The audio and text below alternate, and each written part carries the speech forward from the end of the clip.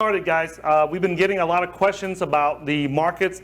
The last time we did the boot camp, it was 100 billion market 100 cap. billion, yep. And then it went up to like 800 and something billion market cap. Well, it was going down first, remember at the time? Yeah, it went down. And then it went back up to like 800 and something billion market cap, and now it's down to like 200 and something billion. So we had a lot of questions from everyone asking us where the market's going, what it's doing. So before we actually get into the actual boot camp, guys, I want to actually just run into and jump into the markets and do a quick market analysis of where the market is currently at, and Leon will give you guys some commentary on that, and then we'll get the party started, okay?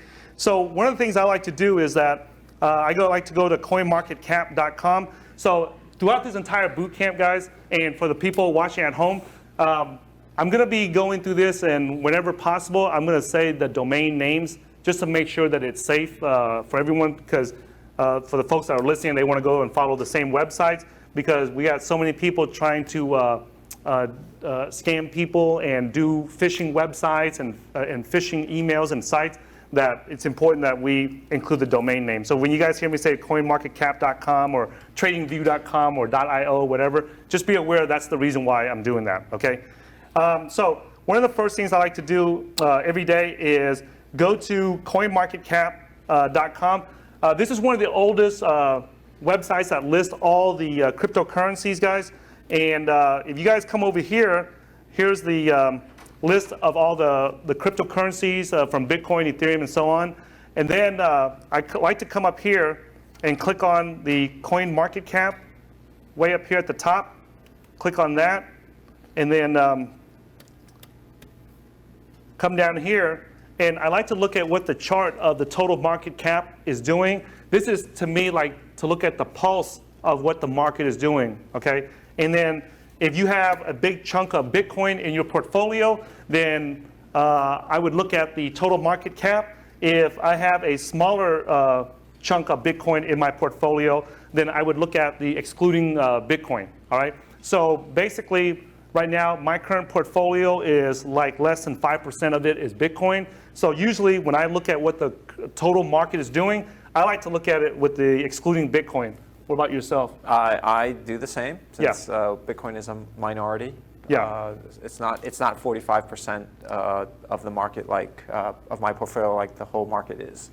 Bitcoin is, So Bitcoin, right here, the Bitcoin dominance, it makes up 45% of the entire cryptocurrency market, which means that, and we'll go into detail more about this later on, guys, but that means that out of the $257 billion that the market is worth right now, the total value of the market, 45% of it is attributed towards Bitcoin. And since less than 5% of my portfolio is in Bitcoin, then that's not a very good accurate measurement or a good analysis for me to look at that. So that's the reason why I look at total market cap excluding Bitcoin, all right? Now, the next thing I like to do is I like to grab this and go to the side and make it into a more square chart.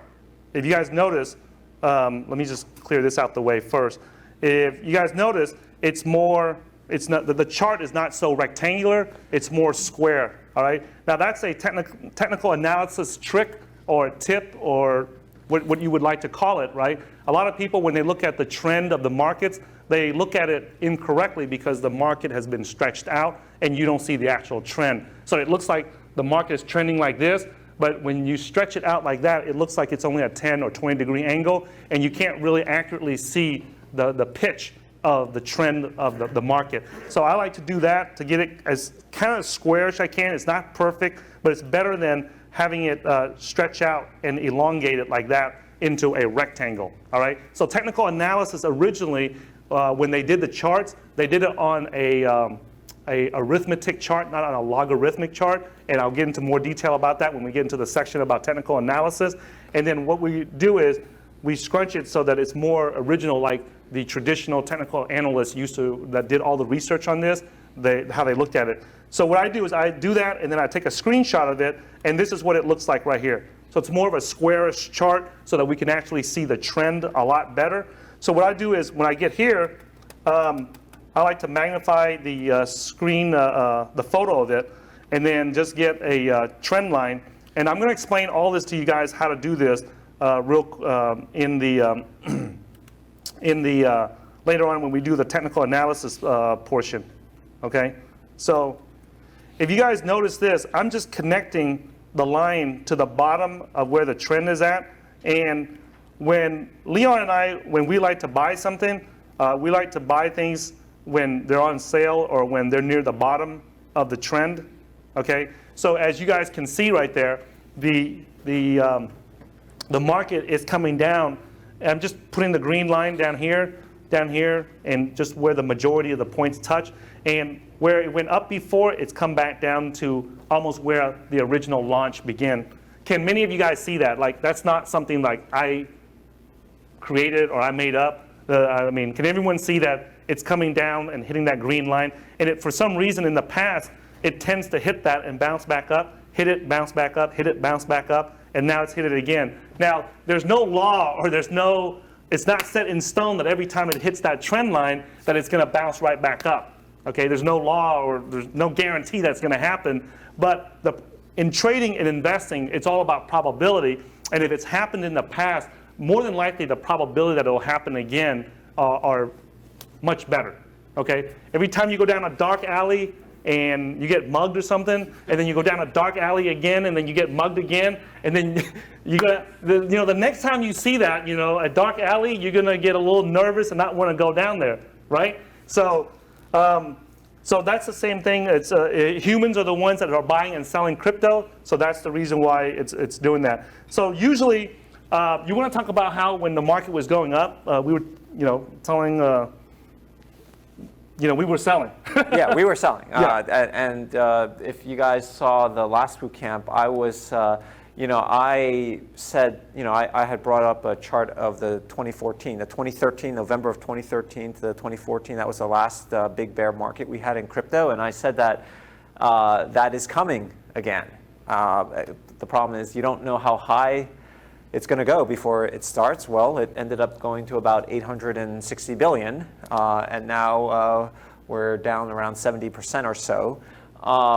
And by January of this year, it had topped, and we're in this 70, 80, 90% pullback that we see over and over again in crypto. Like, we've seen this over and over. This should not have surprised anyone.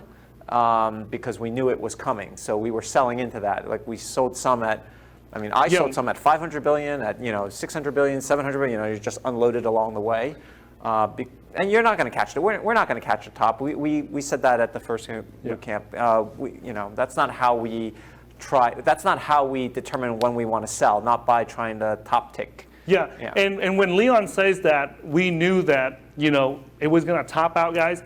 Yeah, we know that, but we just don't know when.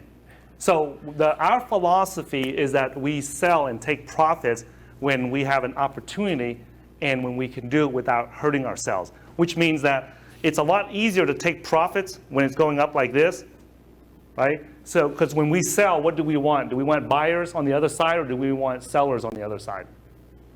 Right, we want buyers, correct? So as it's going up, people are buying, and that's when we need to sell, okay? If we need to sell to pay bills, we need to sell to take profits, anything like that. So Leon and I, we were tweeting out and letting everyone know, like, we should be selling when it comes up to here, and then as it's coming up to here, same thing, and then as it's coming up to here. Now, did we know if this was the top or not? No, nobody knows, and if anyone tells you guys in trading or investing that they know when something's the top or the bottom, guess what? They're not being 100% truthful with you guys, all right? So just be aware of that. And in trading and investing, you don't need to know when it's the top and when it's the bottom. There's like multiple components that go into a trading and an investing system, and then if we do all the components of that system, then it allows us to capture this. And usually when I'm coaching students in the traditional markets like the stocks, futures, forex, options, what I normally do is I try to get the students, I've noticed based on my research that the ones that are really good traders and investors, they'll capture about 2/3 of this move. Like, it's rare that anyone that's a professional trader or investor ever comes in down here and then sells in up here. If they do, it's just random. It's just like, you keep doing the same thing over and over all the time. Eventually, there'll be a time when you get in at the buy at the bottom and sell at the top, but it's extremely rare. Like, I used to average like several thousand trades a year in the traditional Forex markets. And I might buy down here and sell up here out of 1,000 trades. I'm lucky if I get it like, a couple of times, 2 or 3 times. So it does happen, but it's not something that I would base my portfolio on. That's not something that that I could make a living off of. But I can base my portfolio on capturing 1/3 of this to 2/3 of this. That I've seen people do consistently, and that's what we're going to share with you guys. So our goal is not to buy here and sell here, but capture a big chunk of that. Usually beginners will capture about 1/3 of that, right? So, and then the ones that are really experienced and know what they're doing, they'll capture about 2/3 of that. Okay, so just be aware of that so that you guys have some kind of idea and benchmark. And this is information I'm sharing with you guys is based on all the traders that I used to coach and I used to analyze. And when I say, you guys hear us say the term coaching, just be aware that we're not coaching people on what to buy, sell, or hold. We're just coaching them on the technicals, the processes, the computer security, and the execution skills so that the people do it correctly, okay? Just like when we finish here, guys, we're gonna have a year follow-up with you guys, right? And during that time, we're gonna make sure that you guys are implementing all the processes that we share with you guys in the next 4 days, all right? So as this is coming up and it's coming down, usually when price is falling like this, we are looking for reasons to buy in the positions that we did not have in our portfolio, or sometimes we buy back the cryptos that we just sold and took profits, right? Mm-hmm. So like one of the cryptos that Leon recently sold when it was running up, right? He and I were just talking about it yesterday about looking to buy it back in to reload his, to put those positions back in his portfolio, right? Mm-hmm. So any questions about the current markets real quick, guys, before we start? Don't be bashful. When you square out the chart and you have a range of time moving forward, how do you know how much length of a segment of time to take? Because that'll change. Okay, we're gonna. Okay, you're asking technical analysis questions, and I'm gonna answer when we get to the technical analysis portion. What I wanted you guys to see was that at 12:52, within less than 10 minutes, I made a decision to buy, sell, or hold. That's it. Then I just go on to the next one. Did I do a lot of for an hour of analysis on this?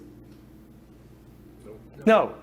Most of the people that I know of that trade for real, like actually put real money into stocks, futures, Forex, things like that, that's about how quick they can make a decision on trading.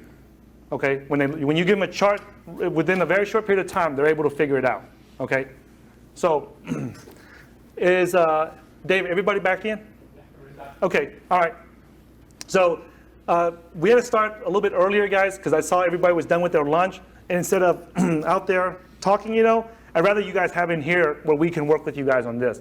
Because this is boot camp training, so this is not to make you feel good, right? It's here to help you with your cryptocurrency trading and investing. So the more time that we can spend with you guys on this, the more that we prefer to do that, because you guys can make connections later on and talk to each other, guys, when you guys get home. But while you guys are here in Dallas, we want to spend that time with you guys. All right?